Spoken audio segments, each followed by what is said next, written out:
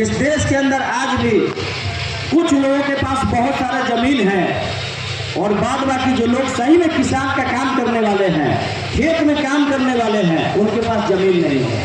यह विमर्श की बात होनी चाहिए। इसी चीज़ों को लेकर के कार्यक्रम किया गया है कि किन किन कारणों से हम पीछे हैं और उससे क्या हो रही है, वर्तमान सरकार क्या कर रही है। पूर्व के साथियों ने कहा शिक्षा नीति की बात इन्होंने किया, श्रम नीति की बातें हुई कि किस तरीके से 2014 के बाद या बीजेपी सरकार आई है तो कानून में संशोधन करके कैसे कुछ लोगों की मुट्ठी के लिए काम कर रही है।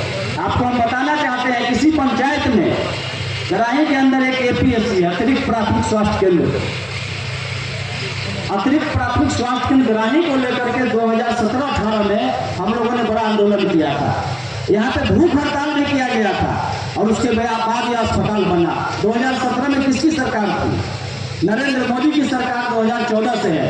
आप जानते हैं, बहुत सारे लोग जानते होंगे कि जब कांग्रेस की सरकार थी तो कांग्रेस UPA फर्स्ट में यह बनाया गया था NRH national rural health mission, राष्ट्रीय ग्रामीण स्वास्थ्य मिशन बनाई गई और वह स्वास्थ्य मिशन का काम ही था स्वास्थ्य सेवा का विकेंद्रीकरण करना, न केवल शहर के अंदर गांव तक बेहतर स्वास्थ्य मिले।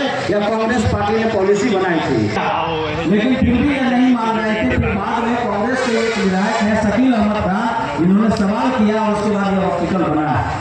तो ये बात हम क्यों कर रहे हैं? हम कर रहे हैं कि आपके यह देश को चलाने के लिए वोट कौन देता है? वोट आप देते हैं। इस देश को चलाने के लिए टैक्स कौन देता है? श्रम करके मेहनत करके आप टैक्स भरते हैं, लेकिन सुविधा के नाम पे किसको मिल रहा है? गांव के अंदर स्वास्थ्य सेवा क्यों नहीं है? क्या कारण है कि एम्स जाना पड़ता है, PMC जाना पड़ता है, वह सुविधाएं क्यों नहीं है? तो हमारे जो टैक्स की पैसा का जो यह सरकार काम कर रही है वह गलत तरीके से कर रही है। वह अंबानी और अडानी को मालामाल करना चाह रही है, आपको नहीं करना चाह रही है। और हक तो ये है कि जब कोरोना आया, कोरोना के समय लोग मारे गए, लेकिन यह सरकार उसके बाद भी नहीं सुधरी। आप देखे होंगे अभी हाल में देशरी के अंदर एक भूख हड़ताल फिर हुआ था। क्यों हुआ था? क्योंकि बिहार के अंदर सैकड़ों ऐसे हॉस्पिटल है 30 बेड का, जिसका भवन बना चमचमाता हुआ, लेकिन उसके अंदर डॉक्टर की बहाली नहीं हुई, पैरामेडिकल कर्मियों की बहाली नहीं हुई। उस हॉस्पिटल के अंदर एक्सरे नहीं लगाया, एक्सरे मशीन नहीं लगाया गया और जो बेसिक बुनियादी जांच की चीजें होती वह नहीं लगाई गई। और उसके उद्घाटन कौन करता है? केंद्रीय स्वास्थ्य मंत्री JP नड्डा जो भाजपा के हैं, मंगल पांडे जो बिहार सरकार में स्वास्थ्य मंत्री है, माननीय मुख्यमंत्री नीतीश कुमार जी। यह बोर्ड अभी भी लगाने के कर कमरों से किया गया, रिमोट से, पटना से, लेकिन सुविधा के नाम पे क्या था? यह दिखलाता है कि यह सरकार आपके लिए नहीं है, यह सरकार दो लोगों के लिए काम कर रही है।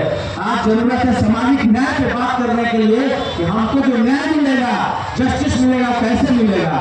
वैसे आपको नहीं मिलने वाला है जब तक इस तानाशाही सरकार का पुखा के नहीं फेंकेंगे। इस देश के अंदर जब सामाजिक न्याय की बात हुई तो पंडित नेहरू ऐसे पहले प्रधानमंत्री हुए जिनको यह लगा कि जब संवैधानिक रिजर्वेशन SC/ST को मिल गया तो और लोगों का क्या होगा? जो पीछे है समाज के लिए विकास के कदम में पीछे छूटे हुए थे वो कैसे आगे आएंगे? तो उन्होंने पहला कमीशन बनाया था काका कालेलकर आयोग, और उस काका कालेलकर आयोग कुछ कारणों से लागू नहीं हो पाया। क्यों? पंडित नेहरू ने प्रयास किया था। उसके बाद आप देखेंगे बिहार के अंदर मुंगेरी लाल आयोग बनाया गया। मुंगेरी लाल आयोग ने भी सिफारिश किया कि जो पिछड़े वर्ग के लोग हैं उनको रिजर्वेशन में सब रिजर्वेशन देंगे।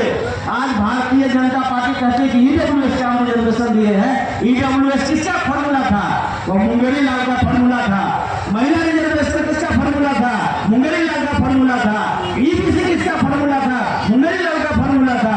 वह कौन थे? वह कांग्रेसी थे, लेकिन उनको लोगों ने मुंगेरी लाल का हसीन सपना बनाया। कौन लोग थे मुंगेरी लाल का हसीन सपना बनाने वाले? आप जानते होंगे कि वह वैसे लोग थे जो समाज में बहुत आगे बढ़ चुके हैं, उनको पसंद